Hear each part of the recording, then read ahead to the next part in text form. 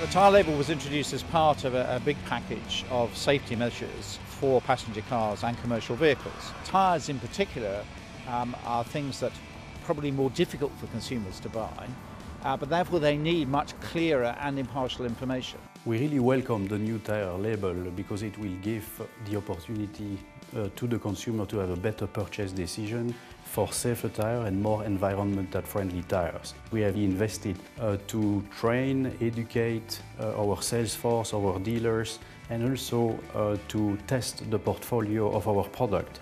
We will be supplied with the tyre label, all new tyres coming into our shops, and of course with promotional material and very important information explaining some more technical aspects about the tyre label. We have more than 270 engineers and testing experts to grade and assess the portfolio. It's about 10,000 different tyre types that we have to test and be ready when the regulation is in place.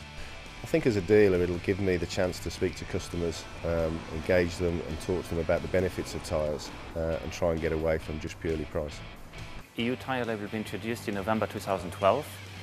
It will highlight 3 tyre performances: noise, wet braking and rolling resistance of the tyre. The rolling resistance test is run in the lab on a flywheel.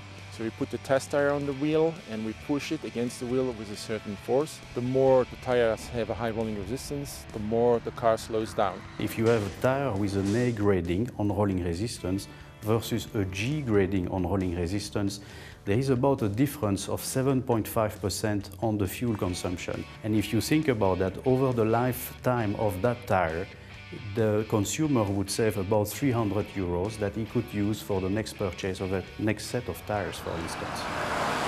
The wet grip index test is a test that evaluates the tyre's ability for road holding on a wet track. We have a test with a set of high-grade tyres versus the car with the low-grade tyres. And there is a big difference in the stopping distance. If you take an A versus a G, that's an amazing 18 meters difference. And it's not only the stopping distance which is shorter, but if you were into an accident, then the impact speed with the low-grade tires would be much higher. So we run on a vehicle at a given speed, we enter the measurement zone, the driver switches off the engine and then codes by the microphone. And that way we just capture the tire noise, which is what we need to grade the tire for the EU tyre label. You can only give consumers, I think, a certain amount of information. You absolutely don't want to overload them. So therefore I think we focused on clear criteria that enable consumers to make an informed choice. I must say all the criteria are important, but if there is one which is the most important for us, Goodyear Dunlop, is the safety parameter, which is wet braking. But there are much more than those 3 criteria. Goodyear Dunlop tests over 50 different parameters. So the tire grades do not tell everything. That's why we recommend that people consider the grades, but they also look at the reputation of major tire manufacturers and that they take professional advice from tire dealers.